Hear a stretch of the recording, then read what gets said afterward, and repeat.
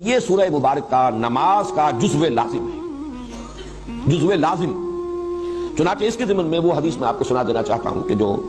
بخاری میں بھی ہے، مسلم میں بھی ہے، ترمذی میں، ابو داؤد میں، نسائی میں وغیرہم، یوں سمجھیے کہ محدثین نے سب نے اس کو تسلیم کیا ہے۔ اور یہ حضرت عبادہ بن صامت سے ہے رضی اللہ تعالی عنہ۔ وہ فرماتے ہیں کہ حضور نے ارشاد فرمایا لا صلاۃ لمن لم یقرأ بفاتحۃ الکتاب، اس شخص کی کوئی نماز نہیں جو فاتحۃ الکتاب یعنی سورہ فاتحہ نہیں پڑھتا، اس کی کوئی نماز نہیں۔ اس کا یہ مفہوم تو متفق ہے کہ سورہ فاتحہ نماز کا جزو لازم ہے، البتہ اس کے بعد اختلاف ہے۔ آیا جماعت کی شکل میں جب نماز ادا کی جائے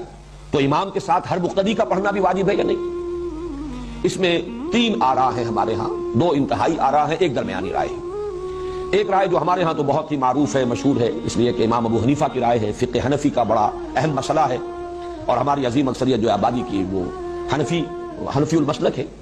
وہ تو یہ ہے کہ امام کی قرات جب ہو رہی ہے، امام کے ساتھ آپ نماز پڑھ رہے ہیں تو امام کی قرات ہی آپ کے لیے قرات ہے، آپ کو نماز نہیں پڑھنی۔ مقتدی کے لیے یہ سورہ فاتحہ جو ہے اس کا پڑھنا ضروری نہیں، بلکہ نہ صرف یہ کہ ضروری نہیں بلکہ نہ پڑھنا ضروری ہے۔ یہ انتہائی شدت ہے کہ جو حنفی مسلک میں اس بارے میں ہے، اور مثال وہ دیتے ہیں بڑی، یعنی ایک اعتبار سے تمثیل اور تشبیہ کے پہلو سے بہت یعنی معقول تشبیہ ہے کہ جب وفد کی صورت میں کہیں جائے، کسی بڑی شخصیت کے سامنے پیشی ہو، حاضری ہو، تو کوئی ایک ہوتا ہے جو نمائندہ، وہ گفتگو کرتا ہے، باقی سب لوگ موجود ہوتے ہیں، ان کی موجودگی گویا کہ ایک طرح کی شمولیت ہے، لیکن یہ کہ گفتگو جو ہے، کوئی درخواست پیش کرنی ہے، کوئی مطالبہ رکھنا ہے، تو وہ ایک ان کا نمائندہ پیش کرتا ہے۔ اسی طریقے سے جب امام پڑھ رہا ہے تو گویا کہ مقتدیوں کی طرف سے قرات ہو گئی۔ یعنی یہ مطلب نہیں ہے کہ یہ نماز کا جزو لازم نہیں ہے، صرف یہ ہے کہ جب جماعت کی شکل میں نماز پڑھی جا رہی ہو تو سورہ فاتحہ جب امام نے پڑھ لی تو گویا کہ تمام مقتدیوں کی طرف سے بھی قرات کا حق ادا ہو گیا۔ اس کے بالکل برعکس اور دوسری انتہائی رائے جو ہے وہ امام شافعی کی ہے رحمہ اللہ، کہ جو ظاہر ہے اس کا، ویسے یہ میں عرض کر دوں کہ جو موقف ہے امام ابو حنیفہ کا اور جو حنفی مسلک ہے، اس میں ایک دلیل یہ بھی پیش کی جاتی ہے کہ قرآن حکیم میں یہ حکم ہے اذا قرئ القرآن فاستمعوا له وانصتوا، جب قرآن پڑھا جائے تو اس کو توجہ سے سنو، پورا دھیان ادھر لگاؤ اور خود خاموش رہو۔ اگرچہ یہ دلیل جو ہے در حقیقت بنتی ہے تیسری رائے کے لیے جو میں بعد میں عرض کروں گا، لیکن اسے بھی جو حنفی المسلک لوگ ہیں وہ اپنے موقف کی دلیل کے طور پر پیش کرتے ہیں۔ اس کے بالکل برعکس ہے، وہ گویا کہ اس حدیث کے جو الفاظ ہیں اس پر مبنی ہے، ظاہر الفاظ لا صلاۃ لمن لم یقرأ بفاتحۃ الکتاب، اور حدیث یقیناً اتنی قوی ہے، اتنی مستند ہے، اپنے سند کے اعتبار سے اتنی اعلیٰ رتبے کی ہے کہ ظاہر بات ہے کہ اس سے اونچا رتبہ تو کوئی اور ہو نہیں سکتا کسی حدیث کا، سند کے اعتبار سے، روایت کے اعتبار سے۔ تو امام شافعی کی رائے یہ ہے کہ ہر نمازی مقتدی بھی پڑھے، پڑھنے کے پھر ان کے ہاں مختلف انداز ہیں،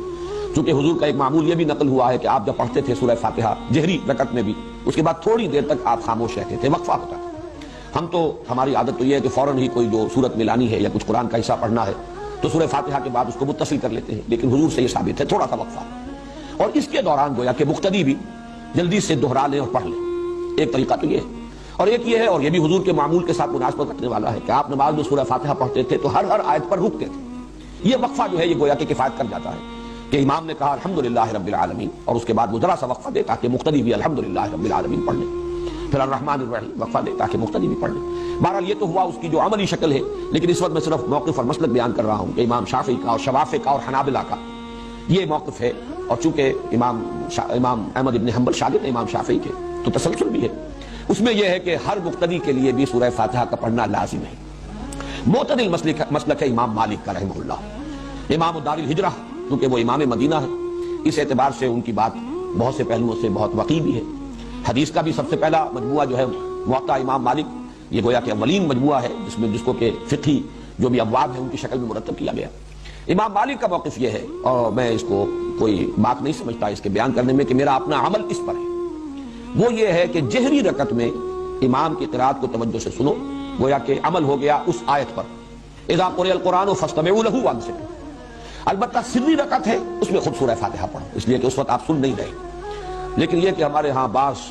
جو مفتی حضرات ہیں، حنفی مفتی حضرات، وہ اس میں بہت شدت سے کام لیتے ہیں کہ فرض کیجئے کوئی رکعت آپ کی چھوٹ گئی تھی، پہلی رکعت رہ گئی تھی، آپ دوسری میں شریک ہوئے، تو اب اگر آپ اپنی رکعت پہلی جو ہے پڑھنے کے لیے، جبکہ باقی نمازی فارغ ہو گئے، سلام پھر چکا، امام سلام پھر چکا، اب آپ کھڑے ہو کر جو رکعت پڑھ رہے ہیں، تو شدت کی انتہا یہ کہ اس رکعت میں بھی سورہ فاتحہ مت پڑھو،